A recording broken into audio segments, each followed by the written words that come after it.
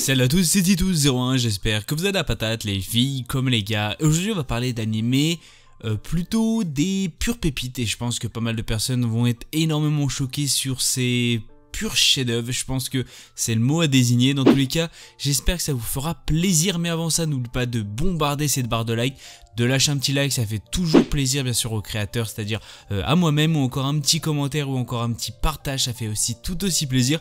De s'abonner si bien sûr la chaîne te plaît, ou encore tout simplement de me suivre dans mon aventure YouTube. Et on va s'attaquer tout de suite sur ces pures pépites. Alors on va parler de Cyberpunk Edge Runners. Il est disponible bien sûr sur Netflix pour les intéressés.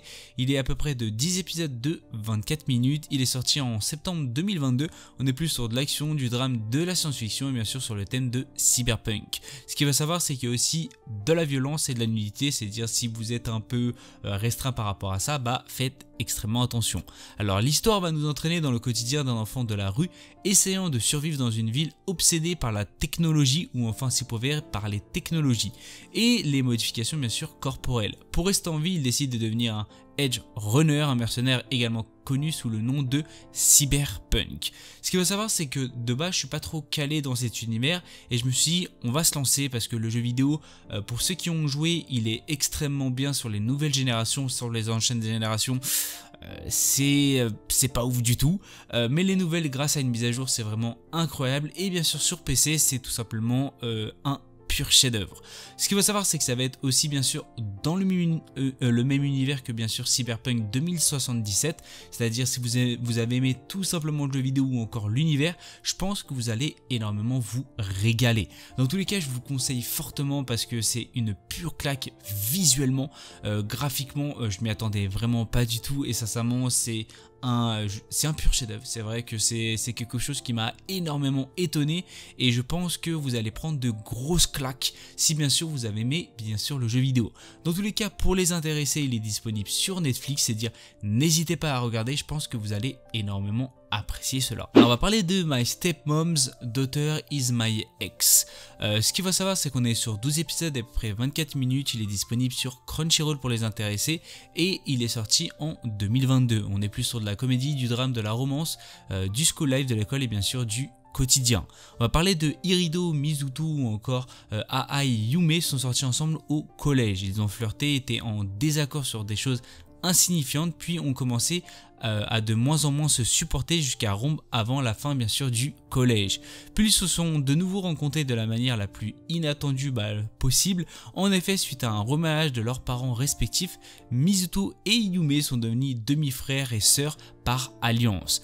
En vivant sous le même toit, mangeant à la même table ou en allant à l'école ensemble, vont-ils pouvoir faire comme si de rien n'était, rien ne s'était passé bien sûr entre eux. Ce qu'il faut savoir, c'est que au tout début j'en avais déjà parlé vraiment pour vous présenter l'animé et j'avais pas énormément d'infos sur lui. Maintenant tous les épisodes sont sortis, je vais vous donner un peu mon point de vue, qu'est-ce que j'en pense, etc.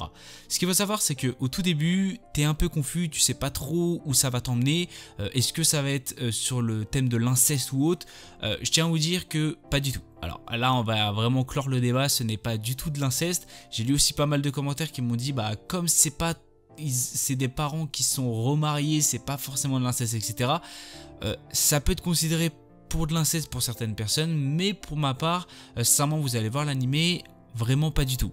L'anime en lui-même est quand même plutôt bien orchestré, il est quand même plutôt bien réalisé, graphiquement il est quand même plutôt pas mal et le scénario tient quand même plutôt la route. C'est vrai, il y a certains personnages, je trouve qu'ils sont pas trop détaillés, ce qui est quand même plutôt dommage, qui pouvait, je pense à mon goût, être pour ma part plutôt important, mais ils sont vraiment focalisés sur les deux personnages. Vous allez en découvrir aussi au fur et à mesure de l'animé, mais sincèrement vous allez être vraiment focalisé sur ces deux personnages. Dans tous les cas, il y a certaines scènes qui sont assez spéciales, voire atypiques, qu'on voit vraiment pour que les deux personnages se mettent ensemble. C'est quand même plutôt un animé plutôt chillax, c'est-à-dire si vous voulez un animé plutôt chillax basé aussi sur de la romance, vous allez être quand même plutôt servi. Je vous le conseille vraiment fortement et je pense que vous allez vraiment passer un bon moment. Dans tous les cas, je vous le conseille, vous allez être vachement pas déçu du tout. Alors on va parler de Akudama Drive. Il est basé de 12 épisodes à peu près 24 minutes, c'est sorti en 2020, on est plus sur de l'action, du drame, du mystère, de la science-fiction et bien sûr du crime. Il est disponible sur Wakanim ou encore sur Crunchyroll. Alors il y a de la violence, vous bien sûr vous en doutez. Dans tous les cas on va parler au niveau de deux régions, qui c'est tout simplement à Kanto ou encore Kansai, qui sont bien sûr deux régions adjacentes. Se sont autrefois déchirées à l'occasion d'une guerre particulièrement violente. Le conflit prit fin lorsqu'une bombe fut lâchée sur Kansai, créant un dôme infranchissable autour de la région. Désormais, le seul moyen de quitter les lieux est d'emprunter le Shinkansen, devenu un objet sacré et révéré à Kansai. Vous allez comprendre ce qu'est le Shinkansen bien sûr en regardant l'anime. Le but c'est bien sûr de ne pas vous spoil. Coupée du monde, affaiblie par la guerre, la région de Kansai est progressivement devenue une zone de non-droit où les criminels surnommés Akudama profilèrent. Un jour, alors qu'elle est au commissariat à la suite d'une erreur judiciaire, une citoyenne ordinaire est entraînée bien malgré elle par un groupe d'Akudama. Leur but, attaquer le Shinkansen et récupérer un coffre-fort qui s'y trouve.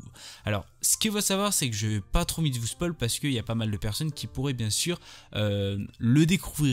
Pour ceux que tout simplement qui ne connaissent pas trop, c'est aussi tout simplement le créateur d'un jeu qui est tout simplement Danganronpa. Alors peut-être qu'ils connaissent, il y en a peut-être qui ne connaissent pas. Si vous ne connaissez pas, n'hésitez aussi surtout pas à regarder bien sûr sur internet. Ce qu'il faut savoir, c'est que l'anime en lui-même, j'avais un peu peur parce que c'est un peu, ça m'a fait un peu penser à, pour ceux qui connaissent, Akame ga Kill.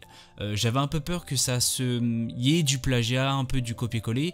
Alors pas du tout, c'était un peu ma petite frayeur et sincèrement les personnages sont vraiment incroyable. Alors j'ai des petites préférences, j'ai pas trop envie de vous spoiler aussi sur ça, mais j'ai certaines préférences et sincèrement chaque personnage a son petit degré et chaque personnage est extrêmement important. Alors est-ce que ça va être quelque chose de plutôt dramatique sur certains personnages? Vous allez bien sûr voir ça sur l'animé, mais sincèrement si vous l'avez pas vu, je vous conseille fortement, foncez, il est tout simplement incroyable. Malheureusement c'est la fin de cette vidéo, j'espère qu'elle vous aura fait plaisir. N'hésitez pas à aller voir tout simplement les 3 animés que je vous ai conseillés, qui sont tout simplement des pures pépites, des purs chefs-d'œuvre. Je pense que vous allez vraiment passer un très bon moment. N'hésite surtout pas à bien sûr bombarder cette barre de like, c'est-à-dire à lâcher des petits likes, à bombarder cette barre d'abonnement aussi, c'est-à-dire abonne-toi, de partager, de commenter, tout ce que tu veux, ça fait tout aussi plaisir. Si tu veux me voir sur une chaîne secondaire basée sur les jeux vidéo, n'hésite surtout pas à aller voir aussi ma chaîne secondaire ou encore me parler sur Discord, n'hésite aussi surtout pas à me parler sur Discord. Dans tous les cas, je fais plein de bisous à tout le monde, c'était Tito aux commandes sur ce. Peace.